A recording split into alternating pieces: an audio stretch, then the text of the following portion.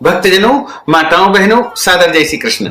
आज हम आपको शारदीय नवरात्रि की तीसरे दिन की कथा सुनाने जा रहे हैं। तीसरे दिन की अधिष्ठात्री देवी होती है चंद्रघंटा देवी। मां चंद्रघंटा देवी जो कि शत्रुओं का विनाश करने वाली है।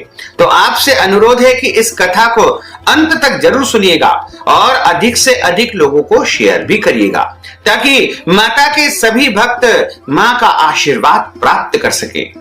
चंद्रघंटा देवी जो कि शत्रुओं का विनाश करने वाली है तथा मनुष्य के जीवन के समस्त संकट और कष्ट को हरण करने वाली है।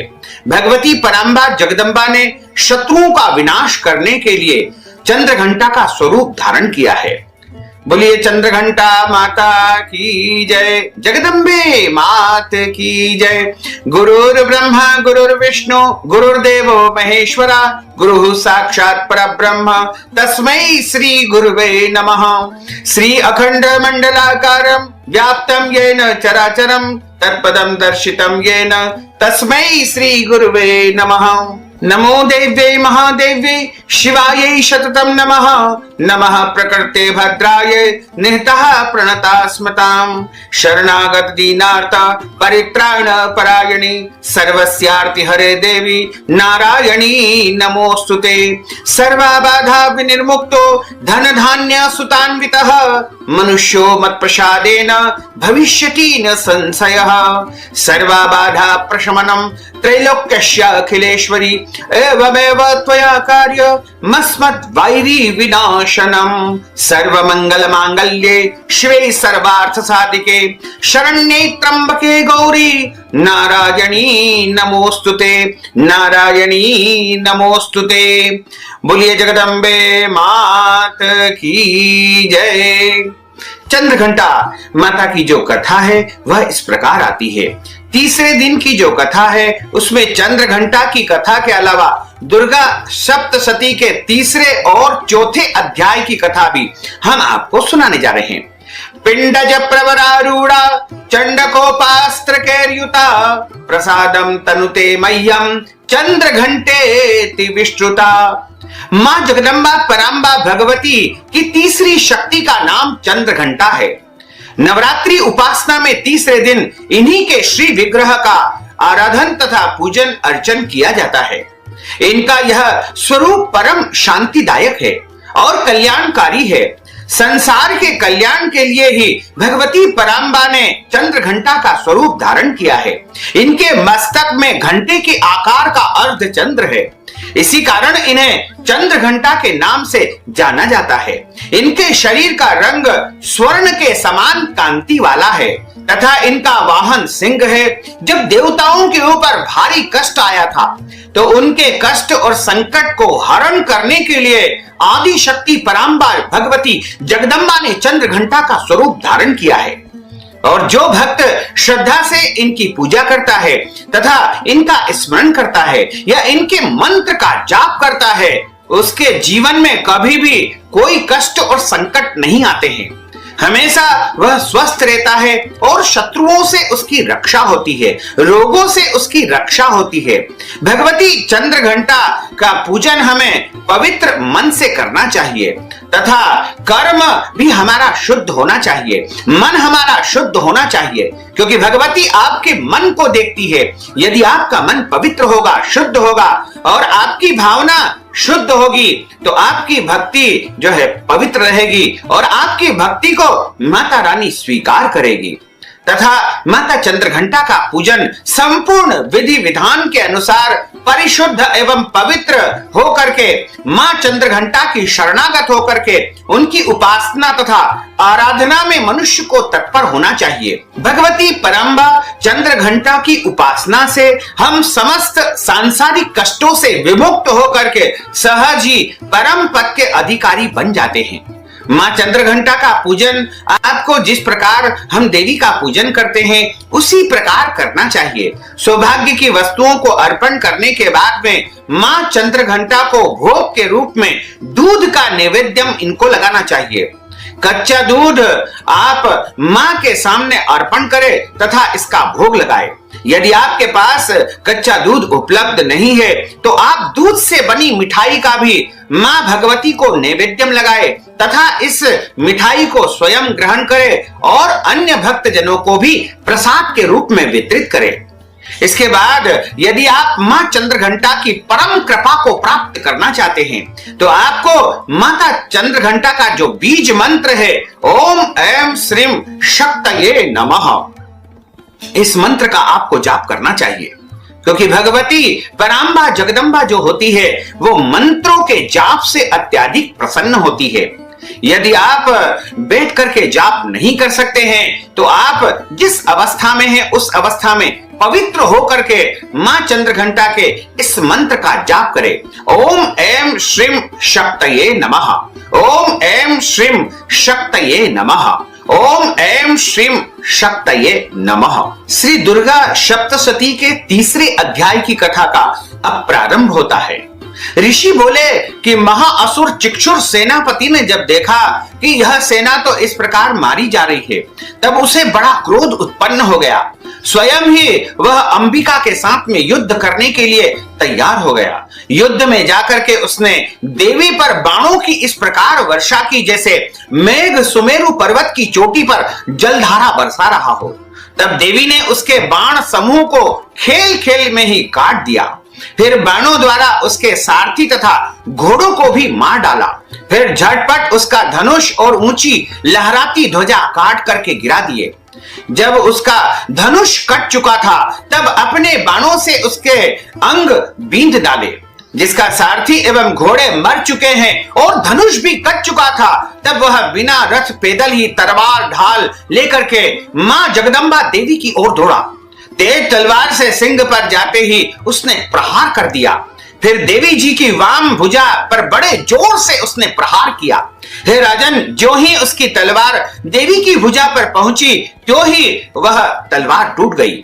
फिर तो असुर ने क्रोध से आंखें लाल लाल करके शूल पकड़ लिया और भद्रकाली जी पर उस दैत्य ने उस शूल पर जो है डाल दिया और वह शूल इस प्रकार चमका जैसे कि आकाश में सूर्य मंडल गिर रहा हो। देवी जी ने अपनी ओर आते हुए शूल को देख करके उस पर अपना शूल चला दिया, जैसे वह शूल सैकड़ों टुकड़े होकर के गिर गया और साथ में उस चिक्षुर महादैत्य के भी प्राण निकल गए। जब महिषासुर का महाबलवान सेनापति मारा गया तब देव शत्रु चामर हाथी पर सवार होकर के वहां आ पहुंचा। आते ही उसने अंबिका देवी पर शक्ति का प्रहार किया। श्री देवी जी ने हुंकार द्वारा ही मार करके उसे तेजहीन करके नीचे की ओर गिरा दिया। अपनी शक्ति को गिरा हुआ देख करके चामर को बड़ा क्रोध आया और उसे ने शूल का प्रहार कर दिया। शूल को भी देवी जी ने बाणों द्वारा टुकड़े टुकड़े करके मार गिराया। तब सिंह भी उछल करके हाथी के मस्तक पर चढ़ बैठा। फिर दैत्य के साथ भुजा युद्ध करने लगा। वे दोनों परस्पर लड़ते लड़ते उस हाथी के नीचे पृथ्वी पर आ गए। भयंकर प्रहारों से परस्पर युद्ध करने लगे। तब बड़े वेग से सिंह ऊपर को उछला। ऊपर आकाश से नीचे की ओर गिरते गिरते पंजों के प्रहार से दैत्य चामर का सिर धड़ से पृथक कर डाला। देवी जी ने शिला एवं वृक्ष आदि से युद्ध में उदग्र को मार डाला। फिर कराल को भी दांत मुक्का एवं थप्पड़ों के प्रहार द्वारा मार गिराया। क्रोध परिपूर्ण देवी ने गदा की चोटों से उद्यत का चूर चूर कर दिया। भिंडीपाल शस्त्र द्वारा वाष्कल तथा बाणों द्वारा अंधक एवं ताम्र को यमधाम शीघ्र ही पहुंचा दिया। तीन नेत्रधारिणी परमेश्वरी ने उग्रास्य उग्रवीर महाहनु नाम के दैत्यों को त्रिशूल द्वारा मार दिया। तलवार से विडाल का सिर धड़ से अलग कर दिया। दुर्धर दुर्मुख इन दोनों को बाणों द्वारा यमपुरी माता ने पहुंचा दिया। इस प्रकार अपनी सेना का नाश होता देख करके भैंसे का रूप बना करके महिषासुर उन गणों को डराने लगा। कुछ एक गणों पर अपने थुथुनों से प्रहार किया, दूसरों पर खुरों से प्रहार करने लगा। किन्हीं को पूंछ से ताड़ा एवं दूसरों की सींगों से फाड़ा। कुछ वेग द्वारा दूसरों को सिंहनाद द्वारा, घूमने से अन्यों को श्वास वायु द्वारा पृथ्वी पर गिराया गया। इस प्रकार गण सेना को गिरा करके महिष सिंह की ओर झपटा। जो ही सिंह को मारने लगा तब जगदम्बा को बड़ा क्रोध उत्पन्न हुआ। इधर महापराक्रमी महिष भी क्रोध से पृथ्वी तल को अपने खुरों से खोदने लगा। फिर अपने सिंगों से बड़े बड़े ऊंचे ऊंचे पहाड़ उठा करके फेंकने लगा। साथ में जोर जोर से गर्जना करने लगा। वेग के साथ उसके घूमने पर पृथ्वी क्षुब्ध होकर के फटने लगी। उसने पूंछ से समुद्र पर प्रहार किया, जिससे क्षुब्ध होकर के समुद्र पृथ्वी को चारों ओर से डुबाने लगा। चलायमान होते हुए सिंगों द्वारा भिन्न भिन्न हुए बादल टुकड़े टुकड़े हो गए और उसके श्वासों की कठोर वायु से उड़ते हुए सैकड़ों पर्वत आकाश से गिरने लगे। इस प्रकार क्रोधपूर्ण उस महादैत्य को अपनी ओर आता देख करके चंडिका देवी उसे मारने के लिए क्रोध में आ गई। कुपिता देवी ने उसकी ओर पाश फेंका, उसके द्वारा उस दैत्य को बांध लिया गया। तब तो उस महायुद्ध में बंधे हुए उस दैत्य ने अपना महिष भैंसे का रूप त्याग कर दिया, झटपट सिंह के रूप में वह आ गया। जो ही चंडिका उसका सिर काटने लगी तब तो वह तलवार हाथ में लिए पुरुष दिखाई देने लगा। तब शीघ्रता से तलवार ढाल वाले उस पुरुष को अपने बाणों से देवी ने बीन डाला। तब वह एक बड़ा हाथी बन गया। अपनी सूंड से उस महान सिंह को खींचा, फिर जोर जोर से गर्जना करने लगा और उसके खींचते समय अपनी खड्ग से देवी ने उसके सूंड को काट दिया। फिर वह महादैत्य भैंसे के रूप में पुनः आ गया। इस प्रकार चराचर त्रिलोकी को वह सताने लगा। उस समय जगत माता चंडिका क्रोध में आकर के फिर उत्तम मधुपान करने लगी, यानी जगदम्बा शहद पीने लगी। लाल लाल नेत्र करके जोर जोर से जगदम्बा हंसने लगी। वह दैत्य भी बल पराक्रम के मद में उत्पन्न होकर के जोर जोर से गर्जना करने लगा। अपने सिंगों से उठा उठा करके पहाड़ देवी की ओर वह फेंकने लगा। बड़े बड़े पहाड़ देवी की ऊपर वह फेंकने लगा। देवी जी ने अपने बाणों के समूह से उसके फेंके हुए पर्वतों को चूर चूर कर दिया।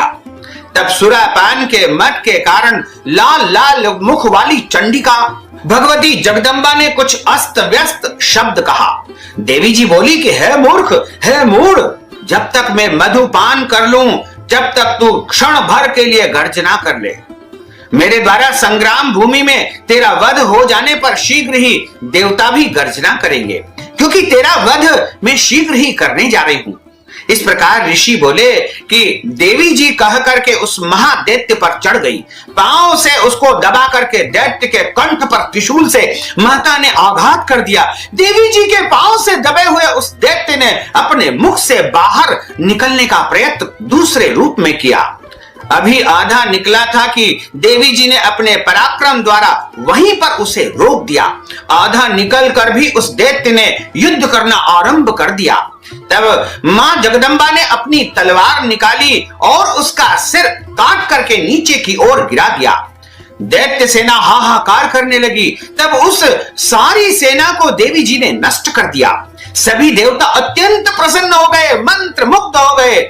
दिव्य महर्षियों के साथ में देवता लोगों ने मां भगवती जगदम्बा पराम्बा की स्तुति की और गंधर्वराज गायन करने लगे, अप्सराएं नृत्य करने लगी। पूरे ब्रह्मांड में खुशियां ही खुशियां फैल गई कि महादैत्य मारा गया है, महादैत्य मारा गया है। इस प्रकार दुर्गा सप्तशती की जो तीसरे अध्याय की कथा है वो यहाँ पर समापन होती है। अब हम आपको चौथे अध्याय की कथा का श्रवण करवाने जा रहे हैं। ऋषि बोले कि अत्यंत पराक्रमी उस दुर्मात्मा महिष के एवं उसकी सेना के देवी जी द्वारा मारे जाने पर इंद्र आदि देवतागण अपनी वाणियों द्वारा मां भगवती पराम्बा की स्तुति करने लगे। जिस देवी देवी जी ने अपनी शक्ति से सारे जगत को व्याप्त कर लिया है तथा जिसका स्वरूप सभी देवताओं की शक्तियों का समूह है। सभी देवता एवं महर्षि जिनकी पूजा करते हैं, उस अंबिका देवी को हम बारंबार नमन करते हैं, उनको प्रणाम करते हैं। हे भगवती, हमारी रक्षा करो, संपूर्ण संसार का आप कल्याण करो। हे भगवती, आपके कल्याण स्वरूप को हम बारंबार नमन करते हैं। आपके अतुल प्रभाव को एवं बल को भगवान शेषनाग, ब्रह्मा तथा हरि भी नहीं जान पाते हैं, तो हम साधारण मनुष्य आपको कैसे जान सकते हैं। वही चंडिका देवी सारे जगत के पालन के लिए अमंगल के भय के नाश का विचार करती है। जो श्री स्वरूपिणी पुण्यात्माओं के घरों में तो लक्ष्मी स्वरूपा है तथा पापियों के घर में दरिद्रता, पवित्र बुद्धि वालों के हृदय में बुद्धि, श्रेष्ठ पुरुषों के यहाँ श्रद्धा, कुलीन मनुष्यों में लज्जा स्वरूपिणी है। इस प्रकार की है देवी जी, हम आपको बारंबार नमन करते हैं, आपको हम बारंबार प्रणाम करते हैं। हे भगवती, आप विश्व का पालन करो। हे मातेश्वरी, हे जगदम्बा, हे पराम्बा, आपके इस अचिंत्य स्वरूप का असुरों के क्षय करने के लिए अवतार हुआ है तथा आपके महान पराक्रम का एवं देवता तथा असुरों के सामने संग्राम में किए हुए आपके अद्भुत चरित्रों का वर्णन हम किस प्रकार कर सकते हैं। हे भगवती, आप संपूर्ण जगत का कारण हो। सत्व, रज, तम इन तीनों गुणों वाली देवी हो आप, और आप अज्ञेय हो। दोषों के कारण हम लोग आपको जान ही नहीं सकते हैं। हम तो क्या, भगवान विष्णु, भगवान शिव तथा ब्रह्मा भी आपका पार नहीं पा सकते हैं। आप सबकी आश्रय दाता हो एवं आप आज्ञा हो, आप अव्याकृता हो, आप परा प्रकृति हो। हे देवी जी, सभी यज्ञों में जिसके उच्चारण करने से सभी देवता तृप्त होते हैं, आप ऐसा अचिंत्य महाव्रत स्वरूप हो और संपूर्ण दोषों से रहित हो। इंद्रियों को वश में करने वाले, तत्व को ही सार जाने वाले मोक्षार्थी मुनिजन जिसका अभ्यास करते हैं, वह देवी भगवती पराविद्या आप ही हो। आप शब्द स्वरूपा हो, परम पवित्र ऋग्वेद, यजुर्वेद एवं मनोहर उद्गीत के पाठों से युक्त सामवेद का आप विधान हो। आप वेदत्रयी देवी हो, 6 गुणों से आप संपन्न भगवती हो, सभी शास्त्रों का ज्ञान कराने वाली आप देवी हो। आप मेधा हो, दुर्गम संसार रूप सागर से पार उतारने वाली नौका रूप देवी दुर्गा आप हो। आप असंग हो, कैटभ दैत्य के शत्रु विष्णु भगवान के वक्षस्थल में निवास करने वाली आप लक्ष्मी स्वरूपा हो एवं चंद्रमा को मस्तक पर धारण करने वाले भगवान शंकर से सम्मानित आप ही गौरी हो। यद्यपि आपका मुख सुंदर तथा परिपूर्ण चंद्रमा के बिंब का अनुकरण करने वाला एवं निर्मल मंद मुस्कान से शोभित है। इस प्रकार के निर्मल मंद मुस्कान से शोभित चंद्रमुख को देख करके क्रोध से परिपूर्ण महिषासुर ने झट ही आप पर प्रहार किया। यह अद्भुत बात है। इससे भी अतीत अद्भुत एवं विचित्र बात तो यह है कि जब वह मुख क्रोध युक्त था, उदय होते चंद्रमा की भांति लाल लाल था, तनी हुई भुएं थी, अति विकराल आपकी भुएं थी। ऐसा देखकर भी महिषासुर ने अपने प्राण तुरंत वहीं पर नहीं छोड़ दिए। भला ऐसा कौन सा प्राणी है जो क्रोधी यमराज को देखकर भी जीवित रह सके। हे देवी जी, आप प्रसन्न हो, सर्वदा उन्नति दाता देवी जी, आप जिन पर प्रसन्न है वे ही सभी देशों में आदर पाते हैं, उन्हें ही धन तथा यश की प्राप्ति होती है। हे जगदम्बा, हे भगवती, हे देवी जी, आपकी कृपा से उसे स्वर्ण लाभ होता है। इसी प्रकार आप तीनों लोकों में फल देने वाली है।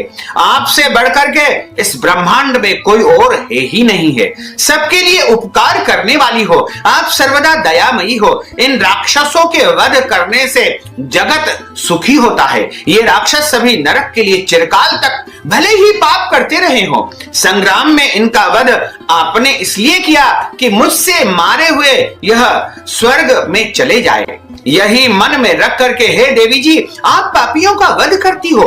अब असुरों को केवल देखने मात्र से भस्म क्यों नहीं करती हो? शत्रुओं पर शस्त्रों का प्रहार क्यों कर दिया करती हो? इसका क्या कारण है? क्योंकि आप जिस शत्रु को देख लेती हो, देखने मात्र से ही भस्म हो जाता है।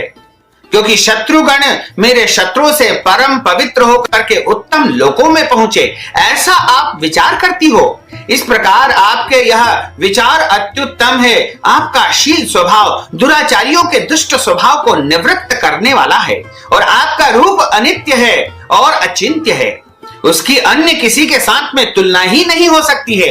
आपका पराक्रम तो देवताओं के पराक्रम को नाश करने वाले, दैत्यों का नाश करने वाले हैं। इस प्रकार आप शत्रुओं पर भी दया करती हो, और आपके पराक्रम की तुलना किसी और से नहीं कर सकते हैं, और अन्य कोई भी ऐसा देवता या दानव है ही नहीं है जो आपके पराक्रम की बराबरी कर सके।